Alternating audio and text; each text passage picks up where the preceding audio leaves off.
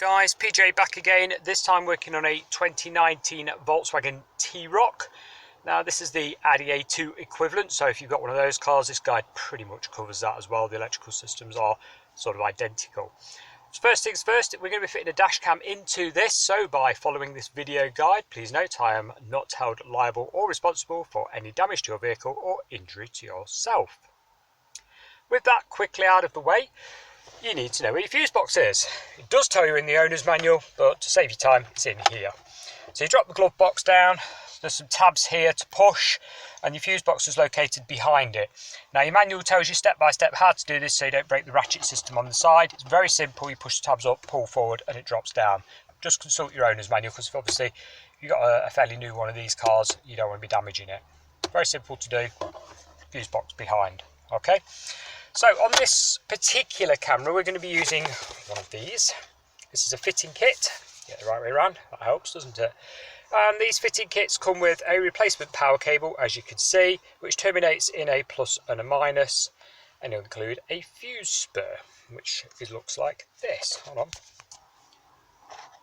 Right, this is what comes in this box. You may not get this with yours, so if you need a fuse spur separately, these are available on eBay, Amazon for about £1.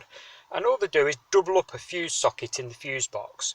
So you'll have a 2 or a 3 amp fuse here to run your camera, and the fuse you remove from your fuse box will slide in next to it. And then this obviously shoves in where you removed the original fuse from. The fuse you remove from your fuse box must be an accessory position fuse, so nothing to do with airbags, ECU, ABS or anything like that. And we will be testing for that later on in the video. This is a ferrite filter. These things try and stop or help with DAB interference on a DAB radio, and all they quite literally do is wrap around the USB end, this end, of your replacement power cable. I'll show you, like so.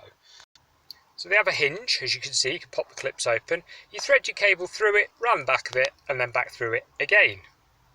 So it ends up looking like that. Sort of loop round, so it goes through twice. Nice and easy. The next thing I'm going to do is pop a couple of cable ties around the cable, just basically to beef the cable up to help it stay put above the window screen and under the headlining. You know, we're driving along, hit a pothole, and all of a sudden there's a cable dangling down across your window screen, and that can happen quite easily. So it's just to pad the cable out in a couple of areas, just to make it a bit wider. And there we go. Wrapped a bit of tape around it, because as you probably know, when you cut a cable tie it can have a sharp edge, and your headlining is made of a sort of card or fibre substance covered by a cloth. In time I suppose it could rub the inside of it and make a mess of it, so this is just to pad it out even further, like I was saying. Now your headlining itself, pulling it down, try and use just your fingers. If not, get yourself a plastic leverage tool like this. These are available eBay, Amazon, about £1. Don't use a metal screwdriver, you'll definitely damage the trim. So we're going up left hand side of the mirror here, as you can see, tucked under, and the headlining does pull down, look, quite easily. In fact, you can normally do it with your fingers if you're really careful. Just don't go at it like a bull in a china shop. It is, you know, quite a fragile substance. So go all the way along until you get to the corner here. Now, depending what country this vehicle's sold, you'll either have an airbag going down the pillar, or you have an airbag going across the top which drops down. If you've got the one that goes down the pillar, feed the cable behind it, yeah, pop it out just there at the side of the rubber seal.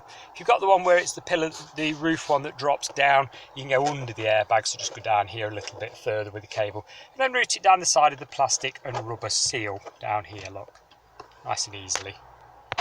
Next up, we're going to be levering this end trim panel off, which is on spring clips, normally just sort of pops off. It is easy with both hands, I'll give you that.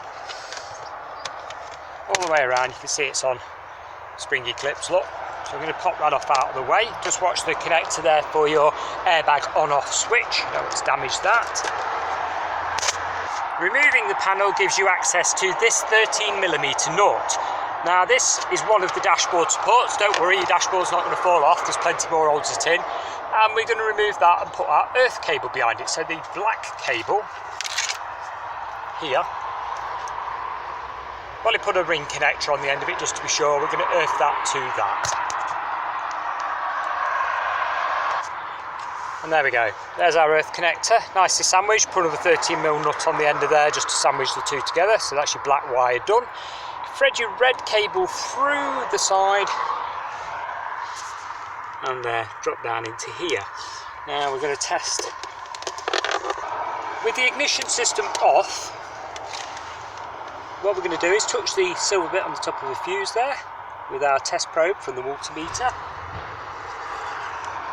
and that shows 0. With the ignition off, 0 volts, that's correct. If you put the ignition on, that'll read 12 point whatever.